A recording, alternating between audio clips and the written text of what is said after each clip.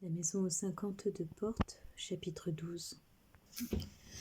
J'étais affreusement déçue d'avoir si peu appris. Décidément, la maison aux 52 portes garderait ses secrets. 52. Y en avait-il vraiment 52 ? Et si je vérifiais ? Je n'avais de toute façon rien d'autre à faire pour m'occuper. Je commençais mon enquête par le sous-sol, parce que c'était le plus simple. Les portes étaient alignées au garde-à-vous de chaque côté d'un couloir central. Au moment où j'arrivais à la dernière porte des caves, j'aperçus par la fenêtre papa qui filait vers la voiture. L'eau giclait autour de lui. Il y en avait maintenant une vraie nappe qui noyait littéralement la propriété. Heureusement, la maison se trouvant en hauteur, nous ne risquions pas l'inondation. Papa courait, les épaules un peu voûtées pour se protéger de la pluie, et je me demandais soudain pourquoi on arrondissait ainsi le dos sous les intempéries. Pour se protéger le ventre ? Est-ce que seul le ventre était important ? Alors, on aurait finalement un côté pile et un côté face. Et le côté pile, le dos, on s'en ficherait, juste parce qu'on ne le voit pas. À quoi ça sert le dos ? À s'appuyer, à s'allonger, juste une armature en somme. Le côté face assure notre survie. Respirer, manger, voir, sentir, échanger avec les autres en parlant, en souriant, en grimaçant, en embrassant, en donnant des gifles ou des coups de pied. J'en étais là de mes cogitations lorsque je vis mon père ressortir de la voiture et reprendre sa course vers la maison. Je remontais. « Eh bien, s'exclama-t-il tout essoufflé en retirant son ciré, j'ai entendu la météo à la radio de la voiture, il fait beau partout. » « Ça veut dire que le soleil ne va pas tarder à se montrer, » s'exclama maman pleine d'espoir. « Ma parole, on a un microclimat ici, ajouta papa. On se croirait en octobre. » En octobre ? Se pouvait-il que ce temps pourri soit celui du 12 octobre 1916 ? Allons. Qu'est-ce que tu fais, Maëlys ? Je compte les portes. Pour savoir s'il y en a bien 52, demanda mon père.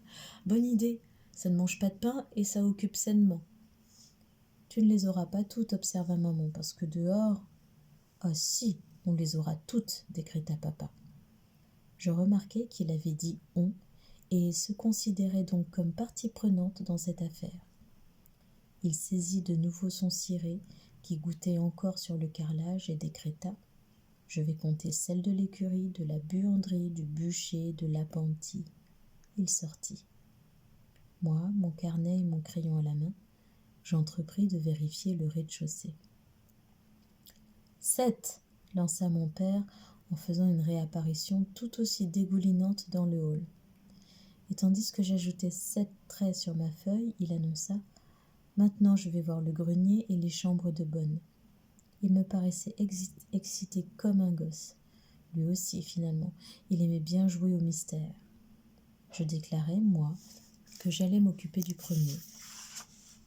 Les chambres, je les connaissais déjà. La disposition était la même que pour les caves, avec une porte donnant sur le couloir, à l'exception des pièces du bout, où on ne pouvait entrer qu'en venant de la chambre voisine. Je comptabilisai ma chambre en dernier. Elle était simple et aucune autre porte n'y ouvrait. Je m'assis sur mon lit pour faire des additions. J'arrivai à 33. C'est en relevant les yeux que je vis soudain l'armoire en face de moi. Une armoire superbe et bien cirée. Ce fut très bref. L'instant d'après, il n'y avait plus rien. J'expirai une petite bouffée d'air pour évacuer l'émotion. Cette armoire, c'était bien celle de ma chambre, mais dans un état autrement rutilant et à une autre place, puisque maintenant elle se dressait à côté de mon lit. Cette armoire, aujourd'hui terne et un peu boiteuse, ne contenait que des piles de draps. Pourtant, si cette armoire avait été celle de Céleste, je courus l'ouvrir. Aucune surprise, pas le moindre vêtement, pas le moindre objet. Je soulevai néanmoins les draps un par un et glissai même la main derrière.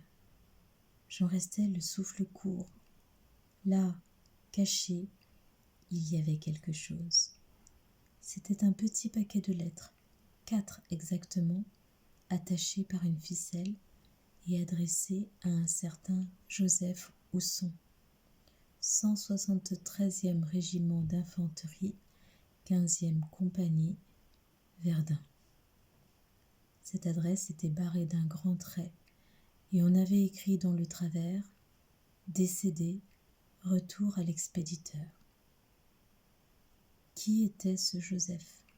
Ça ne pouvait pas être l'ami de Céleste. Lui était resté vivant puisque par la suite il avait enlevé Céleste. Sans égard pour le secret du courrier personnel, j'ouvris les enveloppes. Ma déception fut à l'égal de ma curiosité. Il n'y avait rien. Bon sang, la date de la poste, 10-16. Ça voulait dire octobre 1916 ? « Maëlys, j'ai fini !» cria mon père depuis le couloir. « J'ai fait aussi le second étage. Je t'attends en bas. » Je remis les enveloppes en place, refermai l'armoire et m'assis sur mon lit. Il faisait sombre. La voix de mon père avait suscité en moi une question qui ne m'avait jusque-là pas préoccupée. En admettant que le gémissement et les cris de la première nuit ne soient pas un pur produit de mon imagination, était-il le fait d'une seule et même personne ? Car l'appel, le nom de Céleste prononcé, il m'avait semblé que c'était par une voix d'homme. Une voix d'homme. Si cette scène était vécue par Céleste, la voix appelait vraiment, là, quelque part dans le jardin, dans le couloir. Dans ce cas, il me semblait que j'aurais dû l'entendre plus clairement, comme je venais d'entendre celle de mon père. Or, la voix de la nuit m'avait paru étouffée, aussi étouffée que les gémissements, comme si elle venait de partout et de nulle part. Je n'avais aucune réponse, à rien. Je repris mon bloc de papier et descendis rejoindre mes parents. Papa racontait qu'il avait eu un peu de mal au grenier, où il n'avait d'abord trouvé que 2 portes. Ce n'est qu'en enjambant des vieilles malles et en se battant contre des toiles d'araignée qu'il avait découvert 2 autres réduits. Avec les portes des chambres de bonne, ça faisait 8. « Si on veut faire l'inventaire là-haut, s'exclama-t-il, il y en a pour des années. Au second, tu ajoutes 10 portes. Je comptais et recomptais, rien à faire. 33 plus 18, ça ne fait que 51. 51 portes. On a dû en rater une quelque part. Maman soupira. Je crois qu'elle se moquait complètement des portes. Elle regardait dehors. J'espère que les éclaircies sont pour bientôt. Quelle heure est-il ? 4 heures et on n'y voit pas mieux qu'à 8 heures du soir. Et puis me prend des envies de yaourt et de framboises. Il y en a au potager, fis-je remarquer. Quel potager ? Je mesurai aussitôt ma bêtise. Quel potager ? Répétai-je, le temps de chercher une idée. Celui de la maison, évidemment. Toutes les maisons avaient un potager. Autrefois, c'était une blague. Décidément, vous avez perdu le sens de l'humour. Sur le moment, mes parents ne répondirent pas. Je les sentais mal à l'aise. Tout était de ma faute. Il fallait que je fasse très attention. Le pire... Enfin, pour détendre l'atmosphère, mon père s'écria « Le pire, c'est qu'elle n'a pas tort. Il y avait un potager autrefois, de l'autre côté de ce qu'il reste de haie, derrière la maison. » Pour achever de tout ramener dans l'ordre, je précisais « C'est exactement ce que j'ai lu dans un roman qui se passe au début du siècle. » Sur un domaine de ce genre, il y avait un bûcher, une buanderie, un potager, des greniers pleins de mystères, une écurie. J'étais assez satisfaite de mon invention, qui gommait d'un seul coup toutes mes maladresses passées, présentes et à venir. J'ajoutais même pour enfoncer le clou. Dans 100 ans, quand les lecteurs liront les romans d'aujourd'hui, ils diront sans les avoir jamais vus de leurs yeux, les appartements étaient petits, avec généralement 2 ou 3 chambres, un salon à manger, une salon-salle à manger, une cuisine avec un évier à 2 bacs, une machine pour laver le linge et une pour la vaisselle, un vide-ordures, une cuisinière, un four à micro-ondes et puis une salle de bain, des WC. Je n'étais pas sûre d'avoir raison d'insister là-dessus. Mes parents étaient loin d'être idiots et trop de justifications ne pouvaient que me nuire. Heureusement, ils étaient déjà préoccupés par autre chose.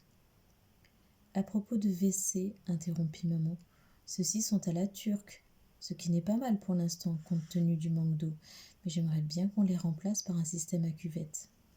Et pour la salle de bain, une douche ce ne serait pas du luxe, qu'en pensez-vous ?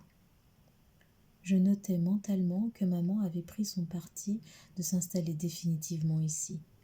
Et curieusement, alors que j'avais tout fait pour éviter notre départ, en ne racontant rien de mes visions, je me sentis définitivement engluée dans le piège.